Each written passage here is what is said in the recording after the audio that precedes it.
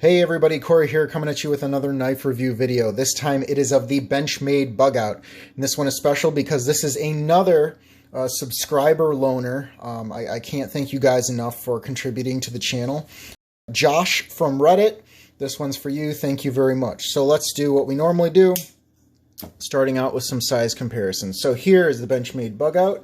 Here it is next to my conventionally large knife, the ZT-0452.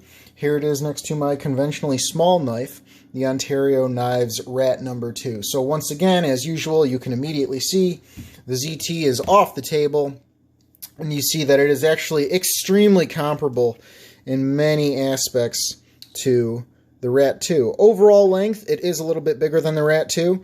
You get a little bit more handle length, and you get a little bit more blade length. So that's what we're dealing with here. Now, a special comparison is going to be brought on the table that I think is extremely relevant. I have not reviewed this knife yet. However, I'm going to set the Benchmade Bugout right here, and we are going to bring out the Hogue Deka.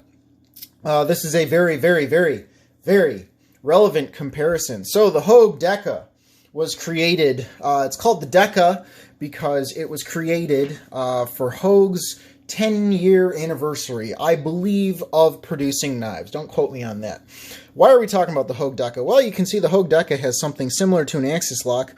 Hogue calls this the Able lock. It is their version of the axis lock. They put it on here after the Benchmade axis lock patent expired. And I'm already talking more about the Hogue than I am about the Bugout. Why? Well, this was bound to happen eventually. I don't know if I'm actually going to do an actual side-by-side for both of these knives in terms of a video dedicated to it, but you can see very quickly. You put these knives side by side, just like this. Look at those tips. Look at the ends of those handles. Very interesting. Look at that overall length. Very interesting. Hogue, you're doing something here. I think you're trying to make a statement. Yes, this is not new to me. I am not the first person to describe this. The Hogue Deka is a direct competitor of the Benchmade Bugout, so much so that it is almost as if the Hogue team made this knife to say, hey, Benchmade, we're going to try to one-up you. And as much as I don't want this video to be about the Hogue, there is a relevant discussion to be had here. So I'm going to set the Hogue off to the side for a second. We're going to talk about the Benchmade Bugout. Now, this by default comes in S30V blade steel, and for those of you who aren't aware, the Benchmade Bugout is renowned for its weight. The whole point of this knife was so that it is extremely light and easy to carry. It's called a Bugout because, you know, the notion is, hey, just like a Bugout bag, which is meant to be, you know, very compact, very lightweight, as optimal as possible from a weight perspective, from an encumbrance perspective. The idea is that you could throw something like this knife, the Benchmade Bugout, into your Bugout bag, and it would be well suited to those purposes because it is so light and it is so easy to carry. While we're talking about that, let's talk about the pros of this knife. Well, it's light, it's easy to carry, it's got a very functional blade shape. What I will not speak to pretty much anymore on Benchmades is the action. It's kind of hard to do under the camera, but you can actually see this one. It does drop shut just from gravity. It's very smooth. My experience with Benchmades, just for the record, I've handled a few brand new ones now. They're pretty stiff when they're brand new, regardless of like the blade finish or anything like that. But just for the record, your mileage will vary depending on the knife that you get and how it comes from the factory, blah, blah, blah. Benchmade action, it's fine. Might take a while to break in and get that drop shuttiness. Overall on this knife, when we're talking about ergos, there's no jimping. I actually would have liked it if they included some jimping on here just to give it a little bit more of that good grip kind of feel. And gosh, if you know, if we're playing into what they wanted when they made this knife, I mean, hey, if you put some jimping on the spine, technically that would reduce the weight even further. So, you know, I guess maybe that could help. I think jimping would be really nice. I like some jimping on all my knives as long as it's, you know, actually useful. The texturing here, it's something. It's extra. It does technically help. It doesn't blow my mind, but you know what? Overall, the knife is pretty comfortable. I would say, in general, this knife is good, right? It's very light, and clearly that's what they wanted it to excel at. You know, a lot of people, when they review this knife, they talk about the fact that you can bend the scales, you can flex the scales, and you can see that I can do that here. I can't flex these as much as you could a regular one because this loaner has been provided with the CF Elite scales. These are a little bit more rigid, and I would certainly recommend that you consider upgrading your scales if you were to get this knife from the original material. I will link the original material and specifications in the description of this video.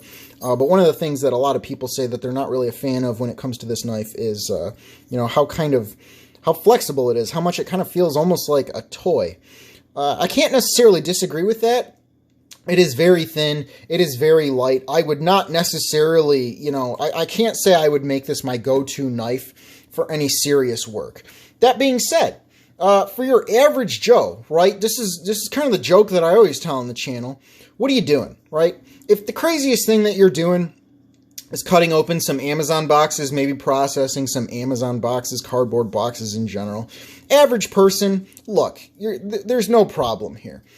I do think they could maybe kind of chamfer the inside of the scales a little bit more. They're a little sharp. They could use a little bit more finishing in general. But overall, you know, Benchmade quality, it's good. Some people have complained in the past about Benchmade and quality control. I have not had a Benchmade that, like, disappointed me beyond belief. And that's something that clearly I'm satisfied with. The pocket clip, it's good. The ergos, they're good, aside from the fact that I feel like they could be smoothed out a little bit on the edges.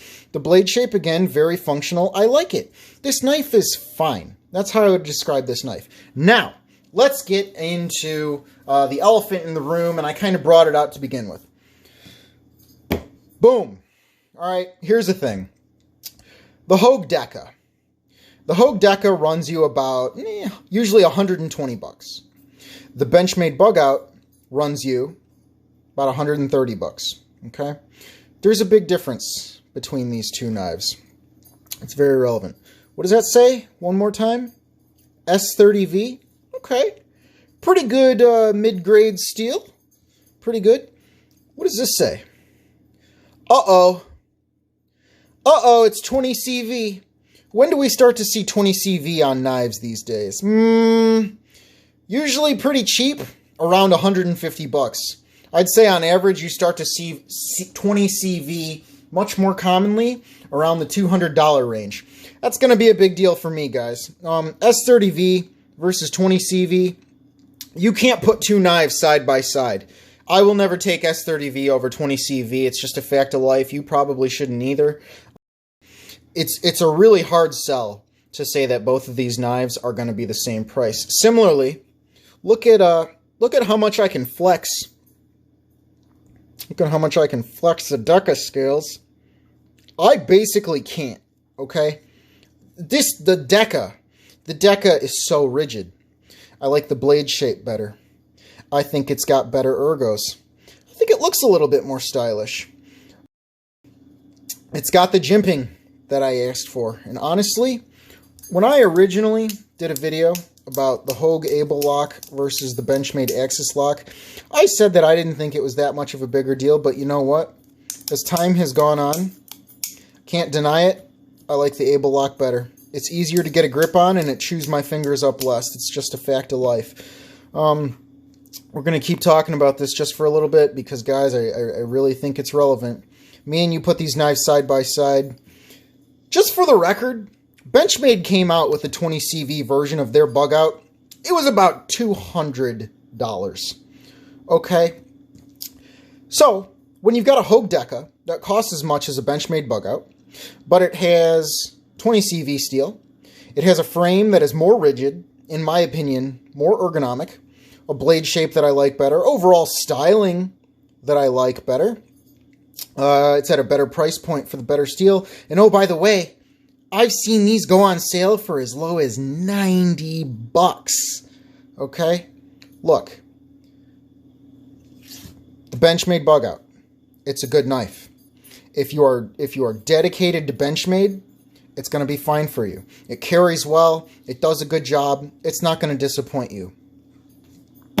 As long as the Hogue Deka exists, I can't wholeheartedly tell you that you should go get the Benchmade Bugout over the Hogue Deka for any specific reason. Again, unless you're building a Benchmade collection, you are Benchmade dedicated, you know, something to that degree. I couldn't do this review. I'm sorry. I don't usually try to overshadow a knife with another knife, but you can just consider this my Bugout versus the Deka video. The Deka wins. Guys, the Bugout, not bad. Again, if you've been thinking about getting the Bugout, go handle it, you know, touch it. If you like it, pick it up. You already know. If you're thinking about buying it, you're probably going to buy it. But I got to make you aware of the Hogue Deka, because as long as these two knives exist together, woo, the Deka wins. Anyhow, getting to that 11-minute mark. Hope you guys found this enjoyable. Hope you found it entertaining. And I will see you guys next time.